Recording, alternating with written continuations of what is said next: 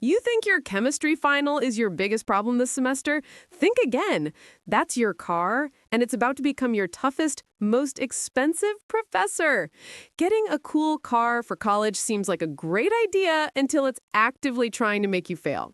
Let's talk car traps. First, the maintenance nightmare. That amazing deal on an old BMW? You didn't buy a car, you bought a full-time, unpaid internship as a mechanic. Its parts cost more than your meal plan, and that cheap RX-8's engine has a life expectancy of a fruit fly. Next, the cars that drain your bank account in plain sight.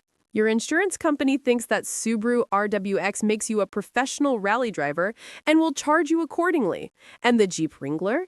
It's awesome for your weekly adventure to the gas station where you'll sacrifice your entire pizza budget. It's less smiles per gallon and more cries per mile. Finally, there's the car that gets you all the wrong kinds of attention. That loud Mustang isn't just annoying, it's a giant flashing beacon for every campus cop. You're not just buying a car, you're buying a frequent flyer card for traffic stops. The lesson? College is hard enough. The smartest car is the one you completely forget you own.